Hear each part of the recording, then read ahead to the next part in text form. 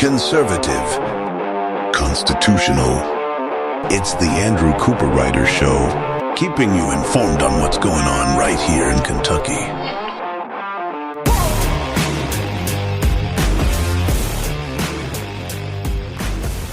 And welcome, everybody, to the Andrew Cooperrider Show. For you astute video viewers that have eyeballs and have watched the show for any length of time, you may realize that I am not in my studio. I'm actually in my home office den. I guess a den, really. I've got all my hunting stuff and guns and stuff in here, so I guess that makes it den. I'm in my den today, so apologize if the lighting isn't as wonderful as always or dramatic. And I apologize if it's not as great of an angle, but this is what we have to deal with. But for you audio listeners listening on WZXI or in the podcast format, you shouldn't know a difference. So let's plow into it because we've got quite a lot to cover today. And by the way, I've been getting a lot of emails from y'all, so keep those coming. If you've got comments on the show, ideas, articles you want to share with me, things you want me to talk about, go ahead and email me at info@theandrewshow.com.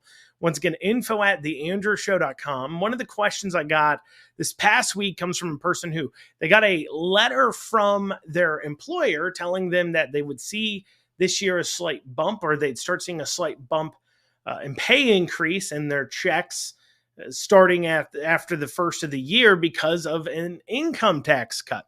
And they sent me a message asking me about that because they listened to the show and they know that I've been saying that because our legislators spent too much money, we won't be seeing an income tax cut this year. Understand that tax cut you're experiencing this year was passed last year. And so unless they pass another income tax cut, 0.5% income tax cut, as their own plan says they should have, but they spent too much. But I'll save up on that rant for later because it comes into play. Well, they won't be cutting it this year, so that won't then apply to next year. So this time next year, unless the legislators decide to own up to their own accidental misgivings of spending too much, you won't be seeing that same cut. Now, today's episode, we're really going to be digging in. Today's show episode, it's a show, right? You guys enjoy it. It's entertaining. We're going to be digging into Andy Beshear's State of the Commonwealth address, State of the State of the Commonwealth address for the bulk of it. But before we do that, there is something I wanted to dig into, and this is from the AP. Michael Adams, our Secretary of State, you may notice, and I'll keep this in mind, Michael Adams has been gearing up for a governor's run ever since, like literally the day he won his Secretary of State re-election again. He's been gearing up for a governor's run. He's got a big problem in front of him with that, though. I'll dig into that some other time, but he's got a major weakness outside of just being a crazed liberal, but he knows he's gearing up for that governor's race, and so he's decided to roll out some of his governor messaging. And at the swearing-in ceremony that happened this past week, Michael Adams called on the bluegrass state policymakers to promote a tolerant and welcoming society. That's from the AP. So he called on our lawmakers to make sure that Kentucky is a tolerant and welcoming society, obviously playing off this kind of liberalist, love everyone ideas, the same thing we see Beshear peddling all the time. We're going to see more of that today. And he's trying to grab a hold of that because he says, hey, I'm going to embrace the liberal messaging standpoint of gaslighting everybody. Be like, politics is just about loving everyone, right? Yeah, as long as I love everyone, you'll let me continue to rule over you and destroy your life, right? And if you have mum to say about it, or you've got a problem with how your money's being spent, or the lawlessness, or your society's being destroyed, well, that's just because you're a dirty, rotten bigot who hates everyone. That, of course, is Michael Adams' viewpoint, but he's running for governor, so he makes that comment. And while I understand he's saying platitudes, I think we should definitely draw attention to it because, quite honestly, we don't want to be a tolerant and welcoming society for everyone in Kentucky. We don't want to be a tolerant, welcoming society. And even those of you on the far left that hear that and you just clutched your pearls and you're like, oh, tolerant and welcoming to everyone. Oh, we have to have it. Even to you far lefties, I say you don't want to be tolerant and welcoming to everyone. I mean, clearly, right? You wouldn't want to welcome and be tolerant of rapists, right? I mean, murderers, right? We don't want to be welcoming and tolerant of people who murder other people. So we as a society, in and of its face, the very remarks he said, tolerant and welcoming society for everyone, is false.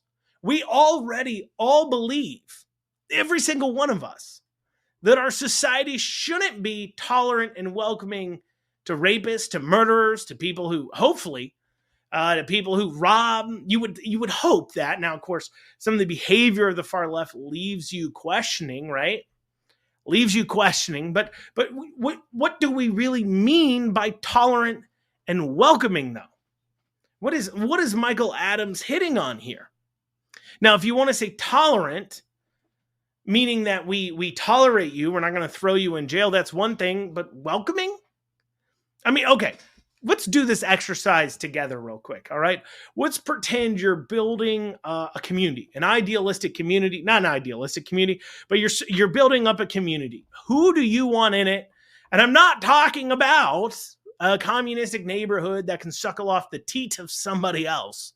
I'm not talking about somebody who can live off the federal government. I'm not talking about a society that can steal money from the next town over to fund whatever random stuff you have. I'm not talking about a society that currently has people to fund every aspect of it. No, I'm saying you're starting from scratch.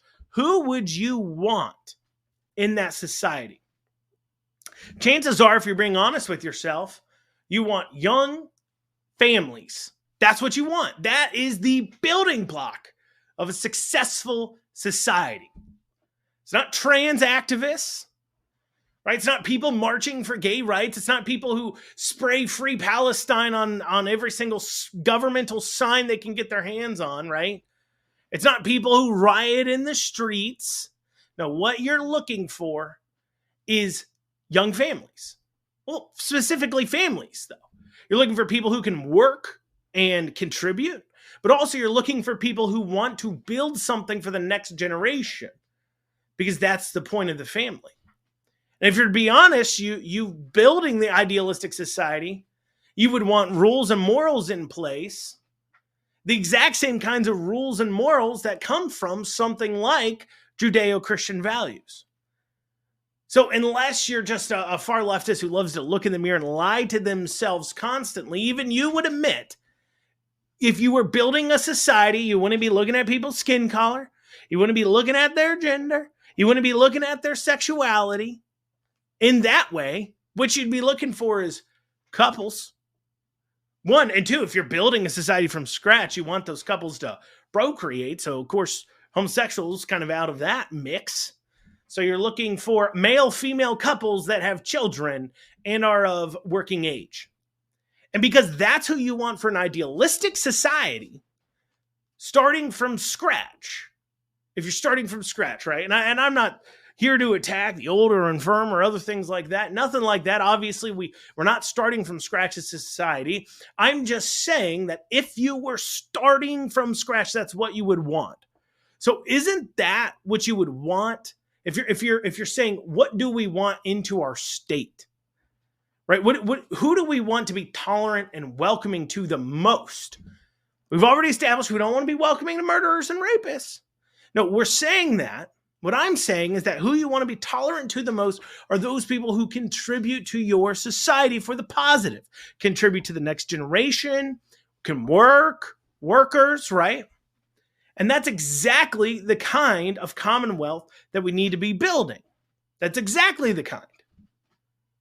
That's what we'd be striving for, but that's not what Michael Adams is pushing for, because he's more worried about winning that next election. And I got some more to say about this. I'm running up against a break. So here's this quick commercial break. You're listening to the Andrew Cooperrider Show, your source for Kentucky politics. Stay tuned with us because I haven't finished my thought on this. We'll see you here shortly. So before the break, we were talking about Michael Adams's comment encouraging policymakers to make a tolerant and welcoming Kentucky for everyone. And I established my argument that first off, all of us agree we don't want to be tolerant and welcoming to everyone, right? Criminals don't want to be tolerant and welcoming to them. Or if you're of sound mind, once again, you should. Then I said, hey, what do you want for a cornerstone building blocks of society? If you're building a society from scratch, you're starting a community from scratch, what do you want? And as we identified, you want typically people of working age with families because they're invested in building a better future. And so when you're making policies as a state, you should be keeping that in mind. You should be trying to put in place policies that encourage the people you want to come in. Now, I'm not saying that our lack of tolerance means that you should lock up all the trans adults, far left liberals, homosexuals, throw them in jail. I'm not saying that at all, okay? And if by tolerate, all you mean is, look, we're not going to arrest you for that. Okay, sure, I agree with you. I agree with you. Unless, of course, they're hurting children, chopping off body parts, chemically castrating them, shoving socks down little girls' pants and then calling that healthcare because they think they're a dude. And so you need to simulate that for them, which is disgusting. But otherwise, basically, you do you, don't hurt each other. If that's what you mean by tolerant, okay. And I know some of the trans activists will sit there and say, well, you guys are going after trans youth. Yeah, well, because you're doing permanent life-altering things to them, and we consider that child abuse. You agree that a society shouldn't abuse children. We're just disagreeing on what that definition is. So I'm not saying throw them in jail unless they're hurting others. Otherwise, do you? So if that's what you mean by tolerant, okay. But we don't need to be welcoming to the kinds of people that don't make a healthy society. By welcoming, I mean we don't need to make sure they have their safe spaces. We don't need to make sure every single school building has a darn rainbow flag hung up in it. We don't need to make sure that we're painting the sidewalks rainbow. We don't need to make sure that the government, your taxpayer dollars, as what's happening right now in Kentucky, we don't need to make sure that that's funding drag shows that involve children choirs performing at them. We don't need to do that. Those aren't the kind of people you actually want to, quote unquote, welcome and encourage to come here. It's not because I hate them. It's just the facts. You want people who are working, have children, and can procreate. That's what makes it happen. That's what makes a healthy society. And if they're not falling into those categories, don't lock them up. But why are we expending 1 minute of public dollars or times being concerned about it? And that's the very thing that Michael Adams is missing when he claims we need to be tolerant and welcoming to all. It's not the government's role to be tolerant and welcoming to all. It's not your role. It's the government's role to encourage the kinds of people that make a healthy, productive society to come here to Kentucky. There's my first rant for you for the day. First rant. You can tell I'm feeling the spice today. Feeling a little bit spicy, but we've got more than that to get to. We've had Beshear's State of the Commonwealth address, much like the president's State of the Union address. This happens in front of the legislature here. And it's filmed in the state house. And so I'm not going to play all of it for you. It's 43 minutes long. 43 minutes of Beshear droning on, interrupted by occasional claps and applause. And frankly, you're lucky you have Andrew Cooperrider here because you don't want to subject yourself to that living awfulness that is watching one of these speeches. Trust me, you don't. I did it. I did it for you. That's my sacrifice for you. So at least you could do.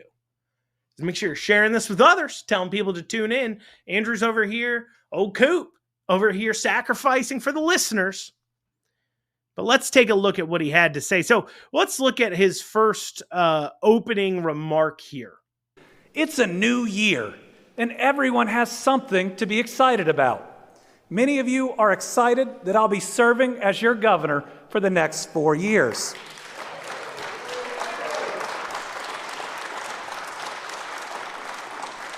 And the rest are excited that I am now term limited.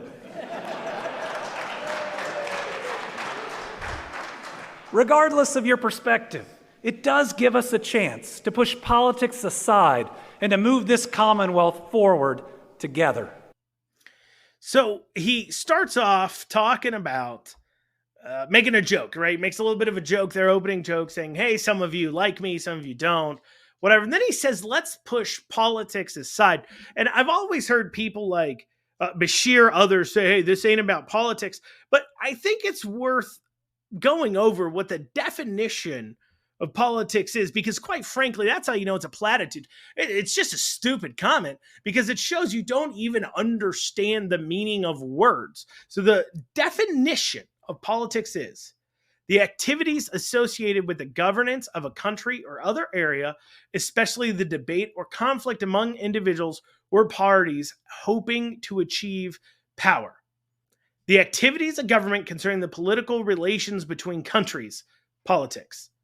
The Academy study of government and state, also politics. So what's my point of saying that is that anytime, definitionally, anytime you start talking about running a state, running a government, when you start talking about those types of activities, it's impossible for it to not be political because that's the definition. It definitionally is politics. It definitionally is. It's just stupid. And that always bothers me. I know, I'm starting off on strong here. Let's take a listen here to clip number 2 here. Let's listen to the second clip here. We enter 2024 after securing the best 4-year period for economic growth in our history.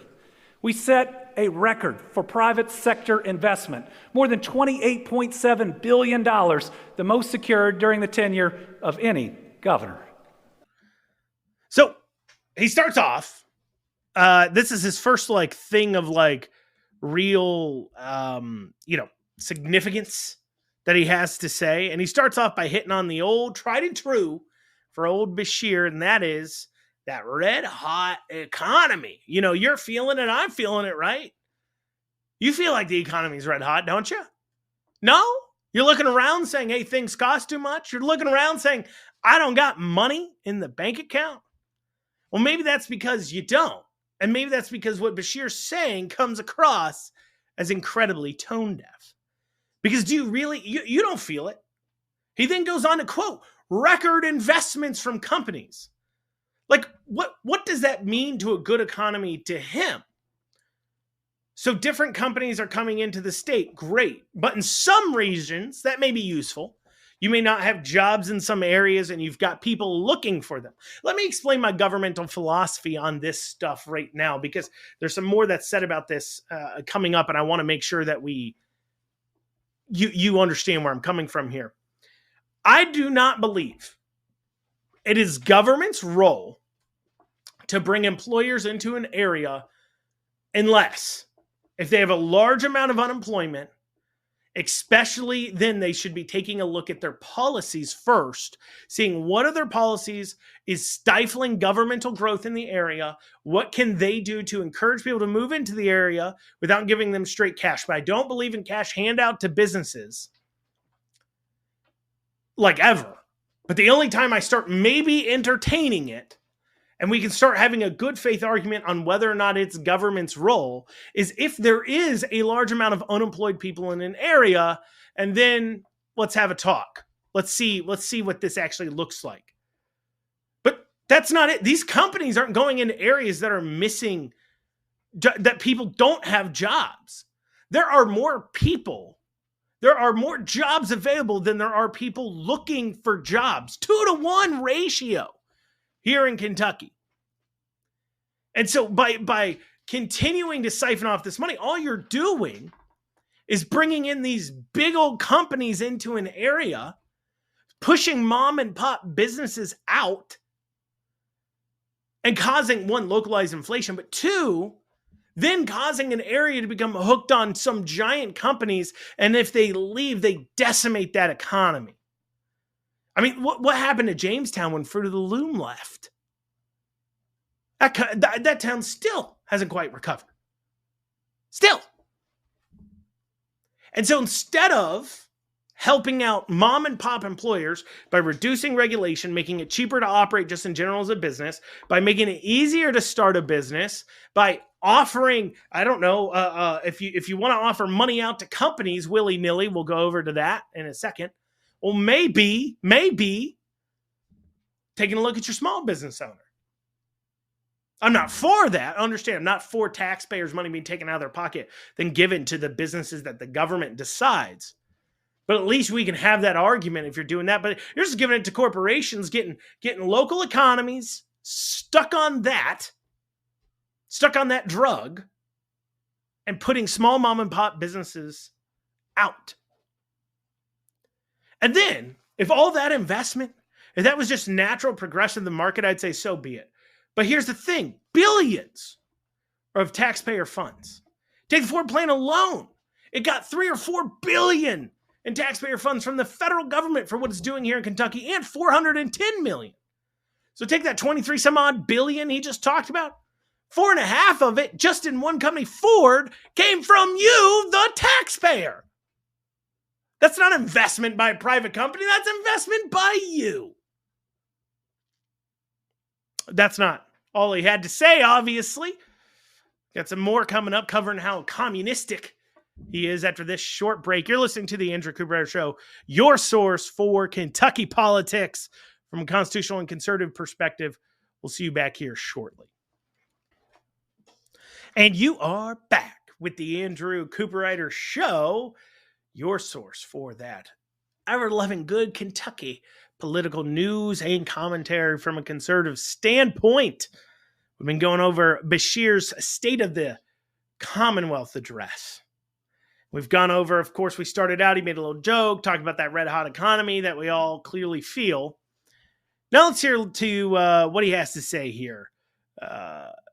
Continuing on this path, really showing his communistic tendencies. I say we, because economic development is a team sport. It takes both the executive and the legislative branches, along with so many hardworking local officials and business leaders. Because of our work, because of all of our work, the eyes of the world are on Kentucky and what we are doing. The eyes of the world are on Kentucky and what we are doing. Notice that order he said. Notice that order. He didn't even say the word business owners. No. Business owners don't exist in a communistic system. Business owners aren't somebody you think in a communistic system. No, he said business leaders. Why? That means big companies that have stockholders and not owners. The mom and pop shops, well, they're an afterthought to the communists. I mean, if you're really about empowering the people, you would be talking about your small businesses. But yet, through this entire speech, talks about all the billions of dollars that's supposedly being invested while we are giving away hundreds of millions. Talks all about business leaders and we, the government, the legislature, business leaders. He never says business owner and he never says small business owner because he doesn't care about you. He doesn't care. He never has. He never has.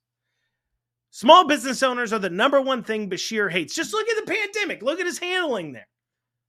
He handled that. He gave big box retailers, the big guys, every single ruling they needed. He would change the rules just for them. Remember Kentucky Kingdom? Remember them getting a special rule? Not you, not me. We didn't get special rules. No, we're not important enough in Andy Beshear's mind. Not important enough. But he goes on. He talks some more too about Ford here. Telling a few fibs. So I need to call him out. Here you go.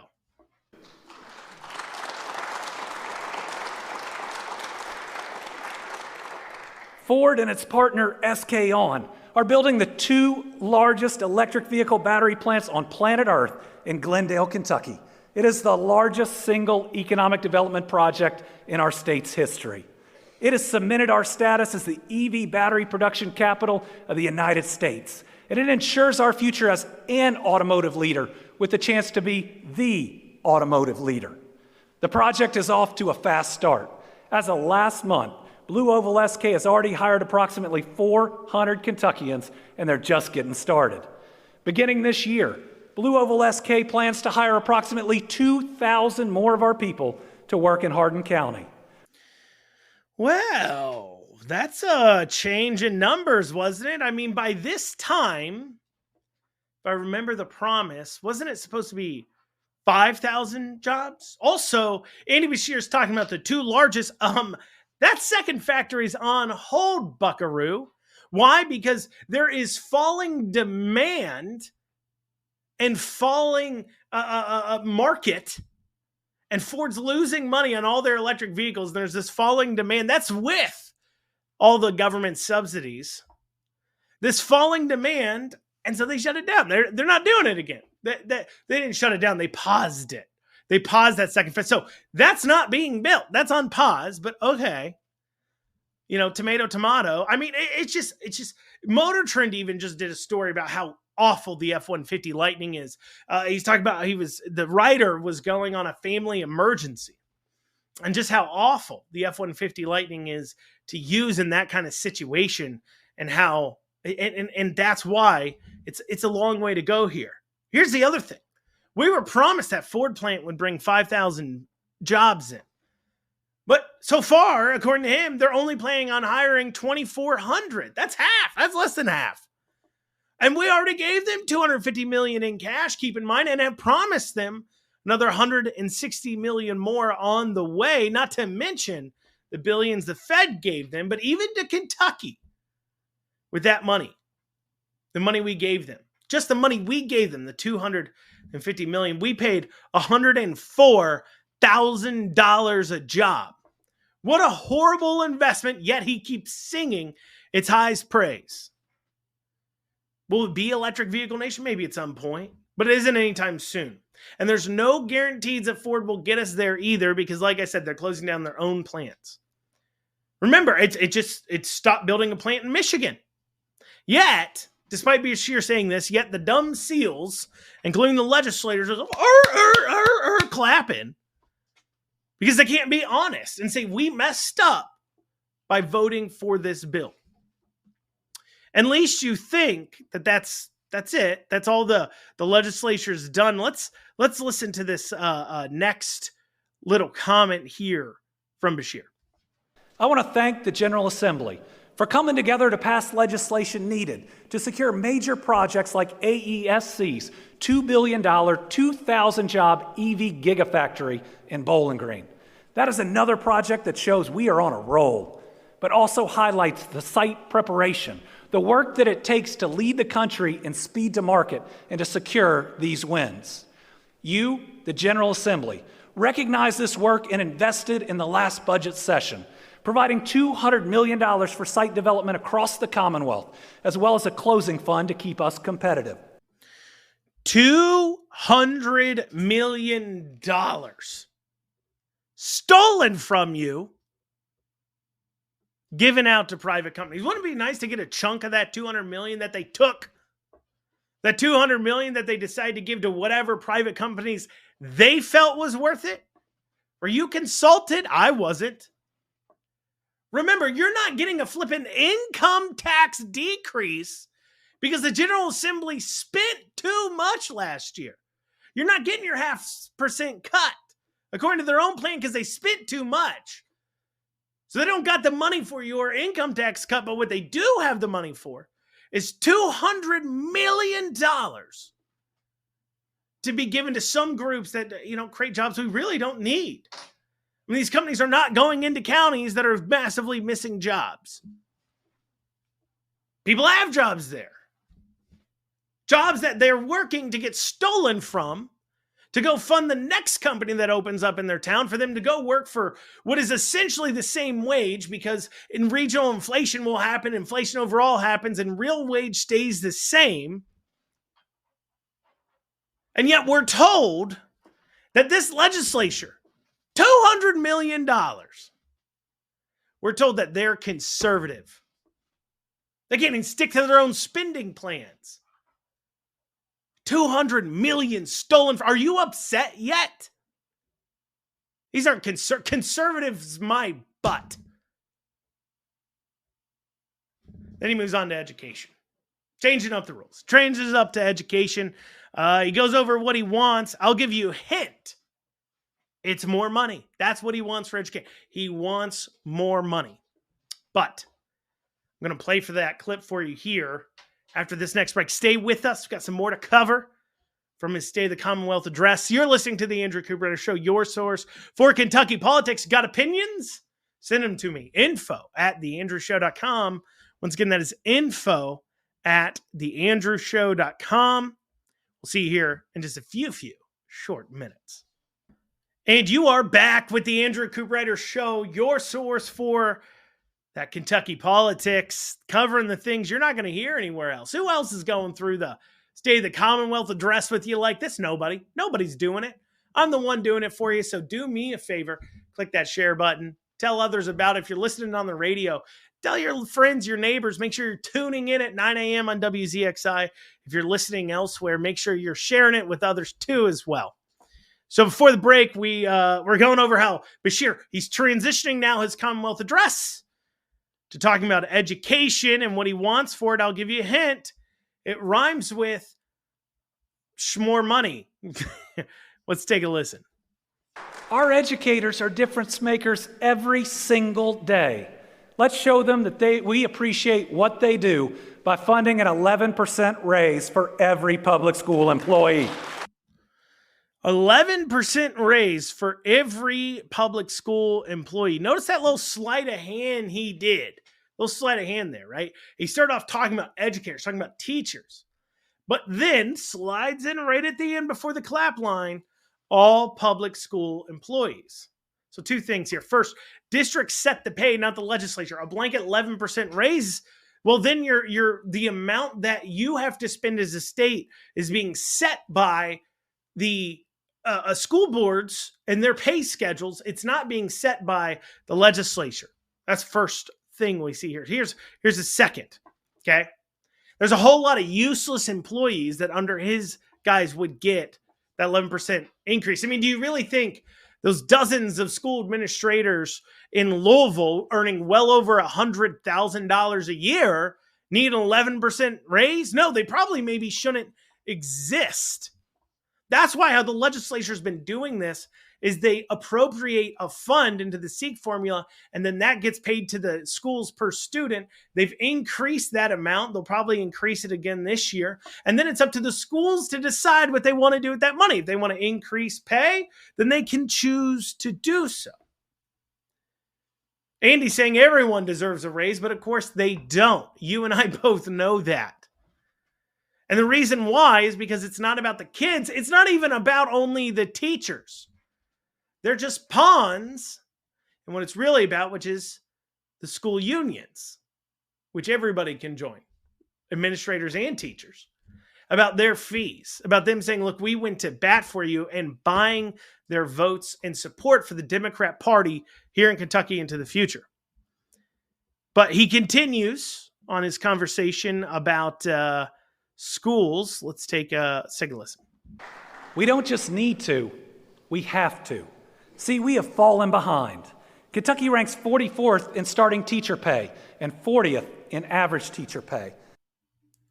Well, Kentucky is ranked, according to USA News, 47th lowest in cost of living. So it would actually, we're kind of overpaying our spot when you think about it that way, because of course somebody's got to be the lowest, somebody's got to be the highest. In the world of fairness, you would say, well, then that should be ranked based upon cost of living.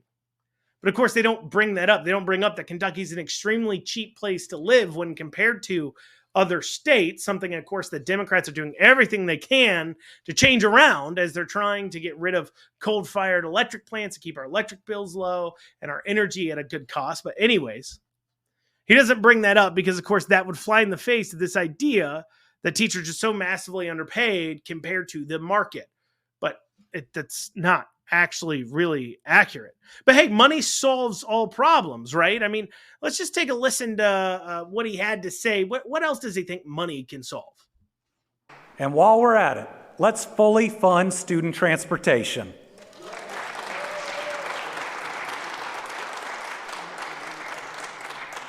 If we want more bus drivers, let's pay them more, and let's provide the support our school districts need.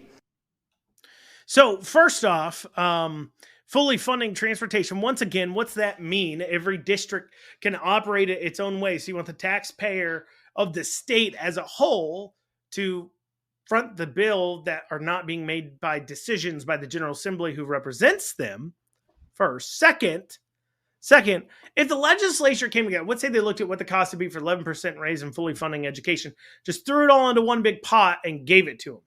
Do you think that would be good enough for these people? No, they want it line item down. You can just give them the money. They would still want it. But here's the other thing.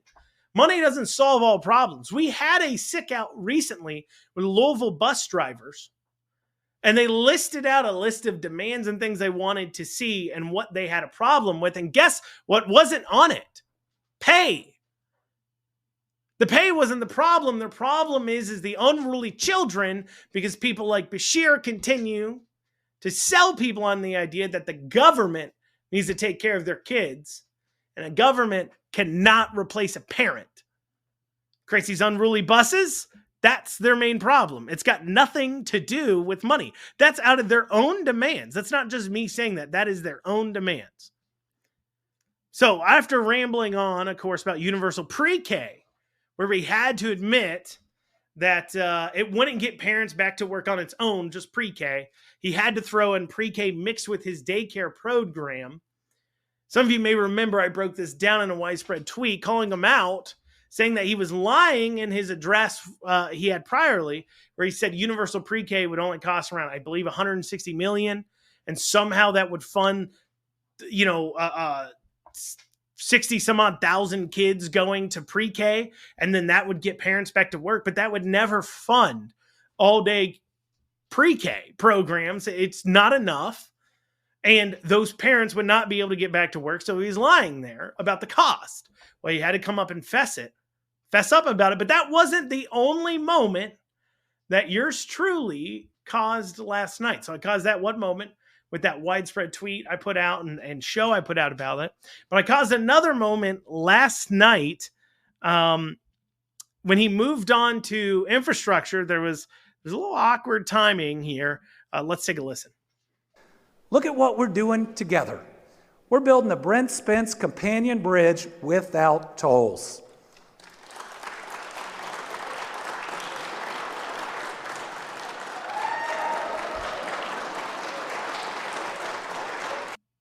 That was the longest, loudest applause of the night. One reporter who was there even tweeted out that Ken Upchurch stood up and clapped at that moment. Why is that? Well, some of you may remember from my show earlier this week, I talked about Ken Upchurch and some other establishments within the Republican Party threatening to toll the Brent Spence Bridge if new House rules move forward, because he doesn't like the Northern Kentucky cadre of House Republicans.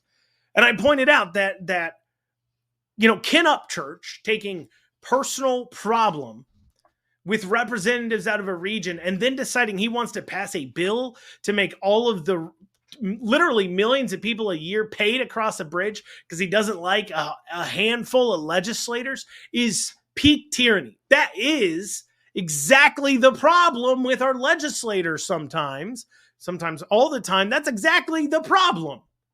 They don't legislate based upon the citizens. They legislate based upon whose feelings. They legislate based upon who has their ear. If the right lobbyist has their ear, that's how they legislate. So he got called out on this by yours truly. I broke the story.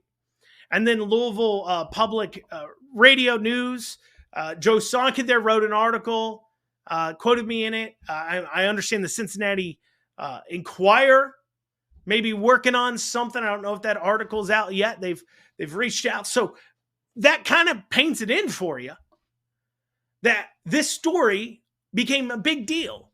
And so Ken Upchurch and the rest of the legislators thrown it, and it's Ken Upchurch has to stand up and clap because he's getting called out on it right now. This is blowing up into a big story in his face that I broke.